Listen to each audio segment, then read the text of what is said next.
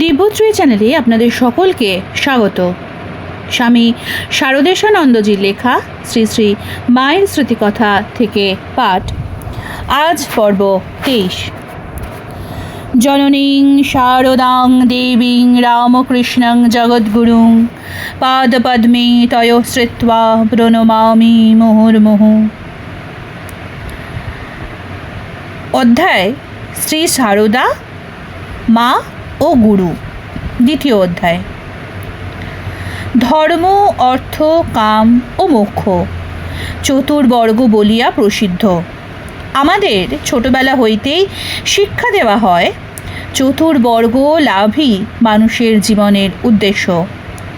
সাধারণ মানুষ এই শাস্ত্রীয় শব্দ শোনে বটে, কিন্তু উহার মর্ম কিছুই বুঝিতে পারে না। সে মনে করে তাহার জীবনের উদ্দেশ্য সুখে শান্তিতে জীবন ধারণ, এবং সেই উদ্দেশ্যেই তাহার সকল চেষ্টা, উদ্যম ও পরিশ্রম। মাতা পিতা বাল্যকাল হইতেই পুত্রকন্যাকে শিক্ষা দেন কিভাবে থাকিলে তাহারা সুখে শান্তিতে থাকিবে। কিন্তু হায়, কয়জন সুখে শান্তিতে জীবন কাটায়? জগতে অনেক বিদ্বান বুদ্ধিমান মহৎ লোক দেখা যায়।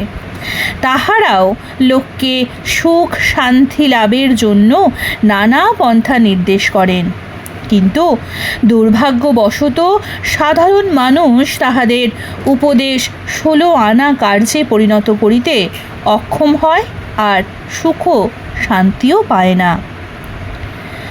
শ্রী শ্রী মাতা ঠাকুরানীর নিকটেও বহু স্ত্রী পুরুষ যাইতেন সুখ শান্তি পাইবার আশাতেই, সন্দেহ নাই, এবং তিনিও তাহাদের অন্তর বুঝিয়া অধিকারী বুঝিয়া নানা প্রকার ব্যবস্থা করিতেন। দেখা গিয়াছে আধ্যাত্মিক রাজ্যে ইহা গুরু শিষ্য সম্বন্ধ ও দীক্ষাদান বলিয়া পরিচিত। মায়ের দীক্ষাদান ব্যাপার বিচিত্র ব্যাপার। সংসারে আমরা বড় বড় কাজের পরিমাপ করি বাহ্য আড়ম্বর ও ঐশ্বর্যের প্রকাশ দেখিয়া, তাই দীক্ষা ব্যাপারও ঘটা করিয়াই সাধারণত সম্পন্ন হইতে দেখা যায়। মায়ের সন্তানগণ যদিবা প্রথমে প্রথমে মনে মনে কিছু ঐশ্বর্যের ভাব লইয়াই অগ্রসর হইতেন, তথাপি বাবা এসো এই স্নেহমাখা কথা কর্ণকুহরে প্রবেশ করিবা মাত্রই তাহাদের সমস্ত ঐশ্বর্য ভুলাইয়া এক অননুভূত অলৌকিক মাধুর্যের রাজ্যে প্রবেশ করাইত। পথভ্রষ্ট দিশাহারা সন্তান মাকে পাইত, সুখ শান্তি লাভের পথ উন্মুক্ত হইত। তুমি মা, আমি সন্তান, নিত্য সম্পর্ক আনন্দে হৃদয় উথলিয়া উঠিত। কোথায় দুঃখ কষ্ট ত্রিতাপ জ্বালা? সন্তান সেই মুহূর্তে মাতৃ স্নেহের ভিতর দিয়া যে অপার্থিব বস্তুর সন্ধান পাইত, তাহাই তাহার জীবন পথের পাথেয় চিরকালের জন্য তাহা সঞ্চিত হইয়া যাইত।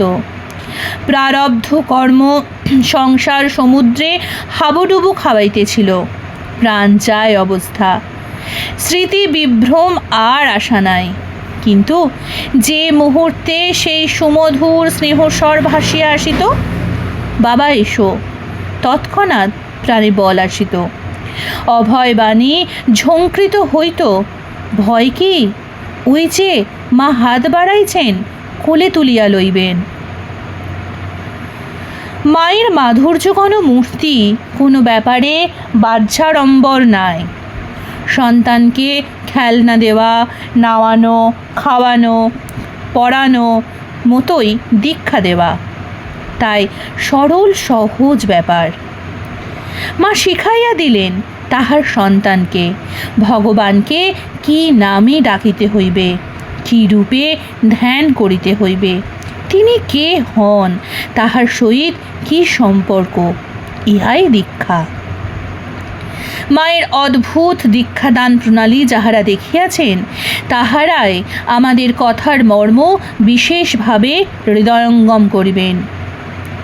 শোনা যায় বৃন্দাবনে যাইয়া মা প্রথম দীক্ষাদান করেন পূজনীয় যোগীন মহারাজকে। শ্রী শ্রী ঠাকুরের আদেশে। তারপরেই তাহার কৃপাস্রোত প্রবাহিত হইয়া বহু লোককে পবিত্র করিয়াছিল। মহারাজগণ তাহাদের আশ্রিত স্নেহভাজন দিগকে এবং ঠাকুরের প্রাচীন গৃহস্থ ভক্তগণও অনেকে তাহাদের আত্মীয় স্বজন ও অনুগত দিগকে পাঠাইতেন মায়ের কৃপালাভের জন্য।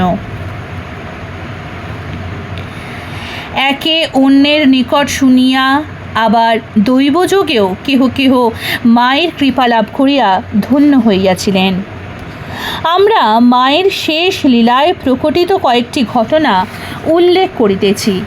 সাধারণত মা নিত্য পূজার শেষে দীক্ষার্থীকে পরম স্নেহে আহ্বান করিয়া কাছে বসাইয়া সামান্য আচমন শ্রী শ্রী ঠাকুরের স্মরণ ও আত্মসমর্পণ করাইয়া দীক্ষা সম্বন্ধে দু একটি কথা জিজ্ঞাসানন্তর মন্ত্র প্রদান ও গুরু ইষ্ট চিনাইয়া দিতেন।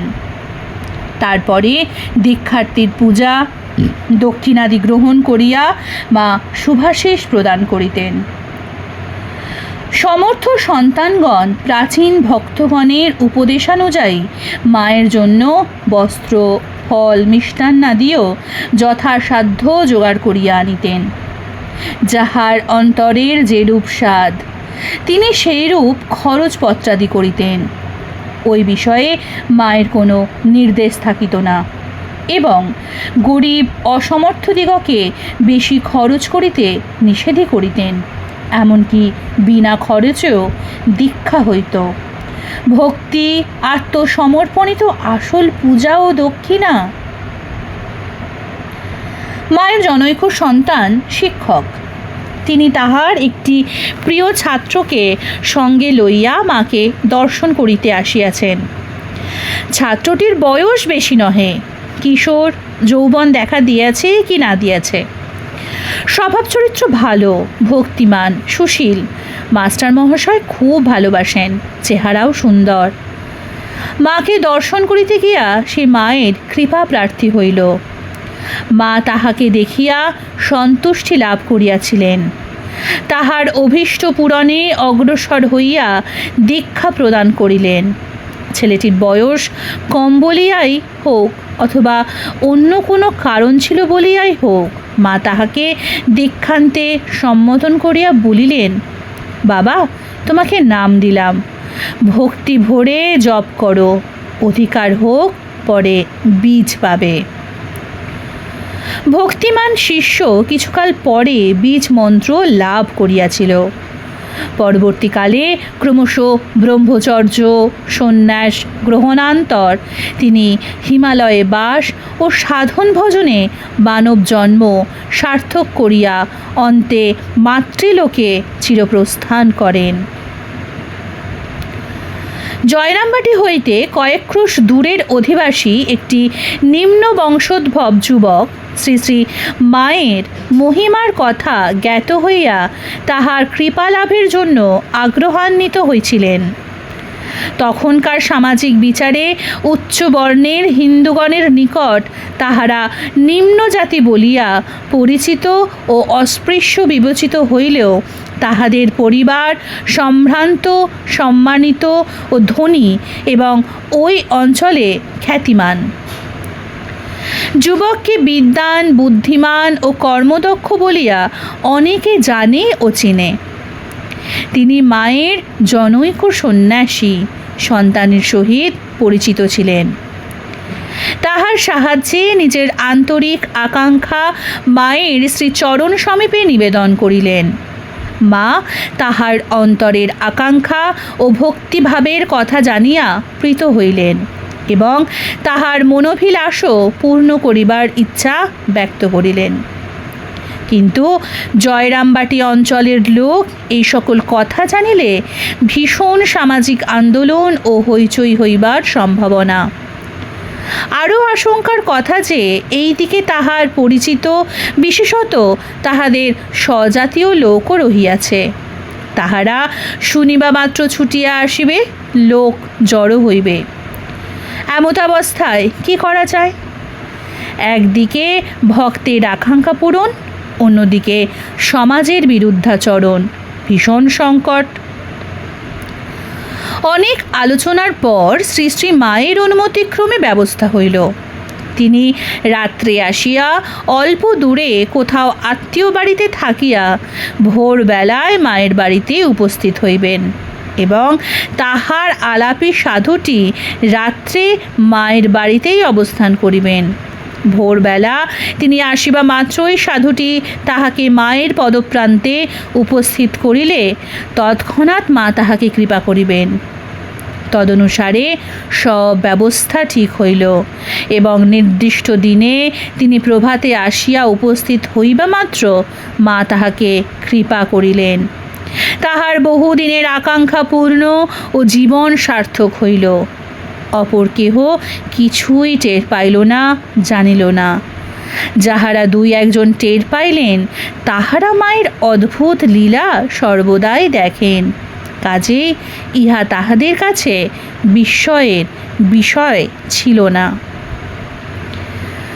যথাগ্নের দাহিকা শক্তি রামকৃষ্ণে স্থিতা হিয়া সর্ববিদ্যা স্বরূপাং তাং শারদাং প্রণমাম্যহম। আজকের পর্ব এখানেই শেষ হলো। পরবর্তী পর্ব আসবে আগামীকাল। নমস্কার, সঙ্গে থাকুন, সুস্থ থাকুন, ভালো থাকুন। জয় ঠাকুর, জয় মা।